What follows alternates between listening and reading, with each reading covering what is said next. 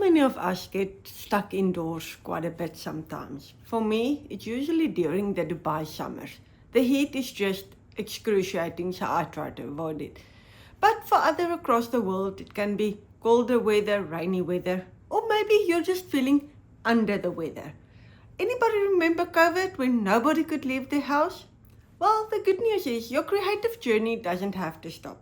There's so many ways you can still practice your craft and skill yourself up while stuck indoors. Today, I'm sharing 3 indoor photography ideas. And if you stay right till the end, there's a little bonus for when you finally get to step outside again. Yay! An excuse to buy some flowers for the house. This time I ordered my favorite, tulips, and something new, Renanthera. Oh, I hope I didn't butcher that, but it's a kind of orchid.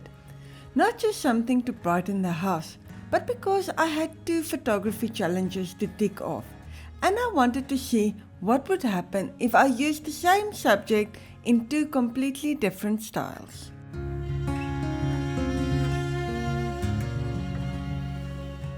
My first idea was to frame the tulip using the orchids.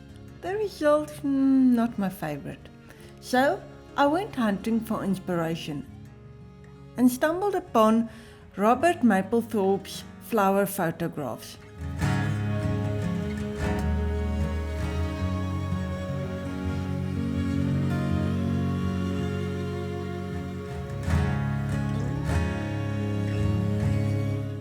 I didn't want to copy him, so I tried to put my own spin on it.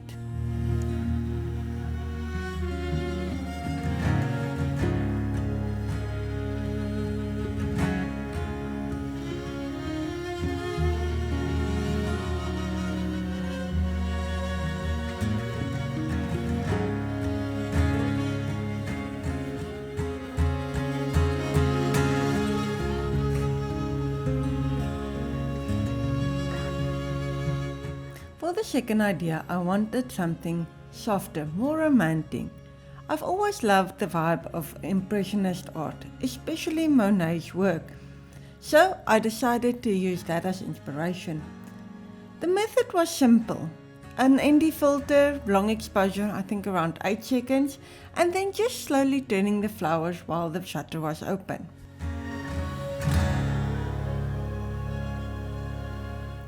I love the result and how it looks more like a painting than it does a photograph.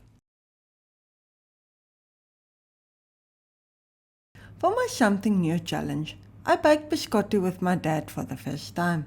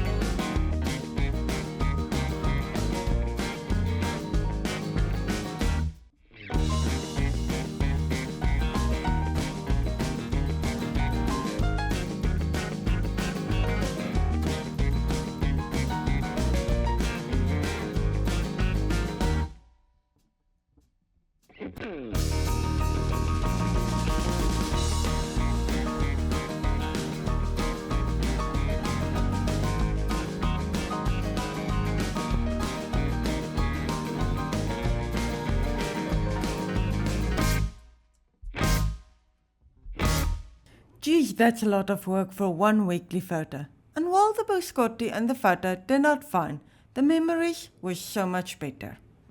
For my macro challenge, I kept it simple and photographed candy.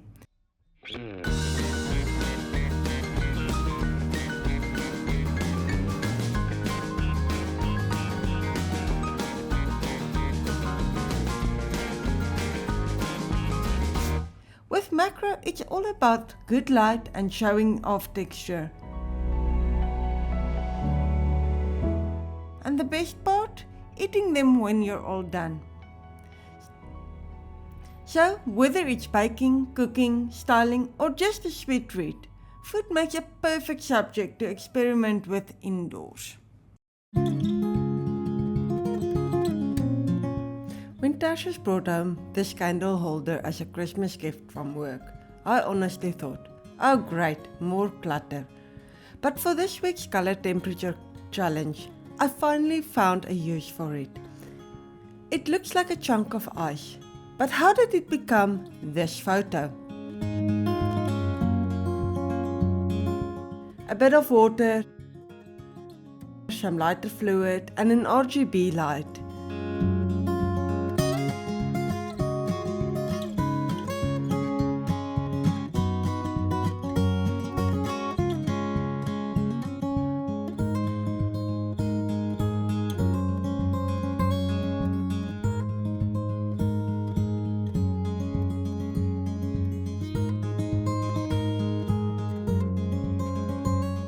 And suddenly this annoying gift became my fire and ice muse.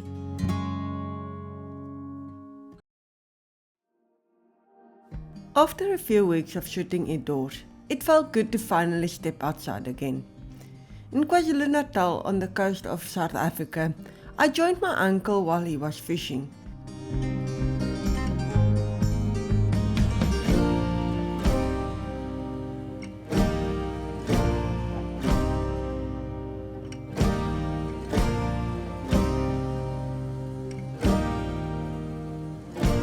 And it felt like a breath of fresh air, literally and creatively. But not every outdoor photo feels like that. For my abandoned challenge, I had to brave the UAE summer heat to get that shot. It wasn't nearly as refreshing, but even then, the change of scenery did me some good. There was just something about these forgotten places that pulled me in.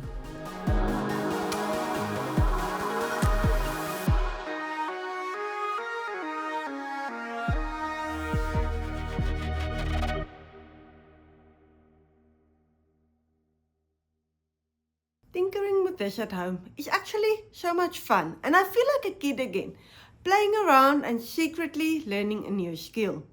And although I love the process and the results, there's quite a few ones I love. My Monet inspired photo is probably one of my favorite photos in a very long time. I still think I'm more of an outdoorsy photographer to conquer the world with a camera in hand. But in the end, I just love photographing anything that speaks to me. And now it's your turn. What random object around your house will you photograph next? Usually around about this time, I play you a little teaser for what's coming next. But spoiler, I don't have the footage yet. I don't know exactly what's going to be next. But what I do know, it's my first time flying business class. And we're exploring a brand new continent. See you in the next one.